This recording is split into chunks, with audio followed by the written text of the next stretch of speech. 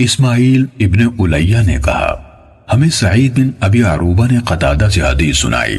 انہوں نے کہا مجھے اس شخص نے بتایا جو رسول اللہ صلی اللہ علیہ وسلم کی خدمت میں حاضر ہونے والے عبد القیس کے وفد سے ملے تھے.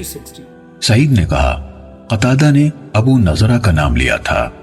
یہ وفد سے ملے تھے اور تفصیل حضرت ابو سعید سے سن کر بیان کی. انہوں نے حضرت ابو سعید خدری رضی اللہ عنہ سے یہ روایت کی کہ عبد القیس کے کچھ لوگ رسول اللہ صلی اللہ علیہ وسلم کے پاس آئے اور عرض کی اے اللہ کے رسول، ہم ربیہ کے لوگ ہیں، ہمارے اور آپ کے درمیان مضر کے کافر حائل ہیں اور ہم حرمت والے مہینوں کے علاوہ آپ کی خدمت میں نہیں پہنچ سکتے، اس لیے آپ ہمیں وہ حکم دیجئے جو ہم اپنے پچھلوں کو بتائیں اور اگر اس پر عمل کر لیں تو ہم سب جنت میں داخل ہو جائیں.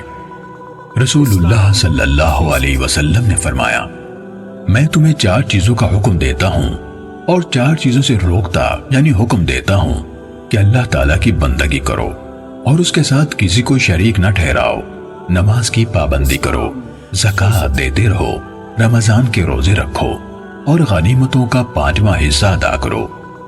اور 4 چیزوں سے میں تمہیں روکتا ہوں، خوش کدو کے برتن سے، سبز مٹکے سے، ایسے برتن سے جس کو روغن زفت یعنی تارکول لگایا گیا ہو، اور نقیر یعنی لکڑی کے تراشے ہوئے برتن سے. ان لوگوں نے کہا اے اللہ کے نبی، آپ کو نقیر کے بارے میں کیا علم ہے؟ فرمایا کیوں نہیں، یہ تنا ہے، تم اسے اندر سے کھوکھلا کرتے ہو، اس میں ملی جلی چھوٹی کھجوریں ڈالتے ہو، پھر اس میں پانی ڈالتے ہو، پھر جب اس کا جوش یعنی خمیر اٹھنے کے بعد جھاگ ختم ہو جاتا ہے تو اسے پی لیتے ہو، یہاں تک کہ تم میں سے ایک یا ان میں ایک اپنے چچا زاد کو تلوار کا نشانہ بناتا ہے. ابو سعید نے کہا لوگوں میں ایک آدمی تھا جس کو اسی طرح ایک زخم لگا تھا. اس نے کہا میں شرم و حیا کی بنا پر اسے رسول اللہ صلی اللہ علیہ وسلم سے چھپا رہا تھا. پھر میں نے پوچھا اے اللہ کے رسول، تو ہم کس چیز میں پیا کریں؟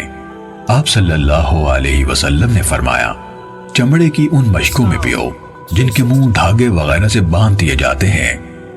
اہل وفد بولے اے اللہ کے رسول، ہماری زمین میں چوہے بہت ہیں، وہاں چمڑے کے مشکیزیں نہیں بچ پاتے.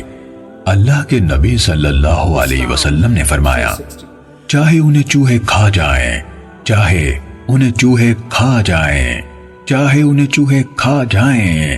کہا پھر رسول اللہ صلی اللہ علیہ وسلم نے عبد القیس کے اس شخص سے جس کے چہرے پر زخم تھا فرمایا تمہارے اندر 2 ایسی خوبیاں ہیں جنہیں اللہ تعالیٰ پسند فرماتا ہے، عقل اور تحمل.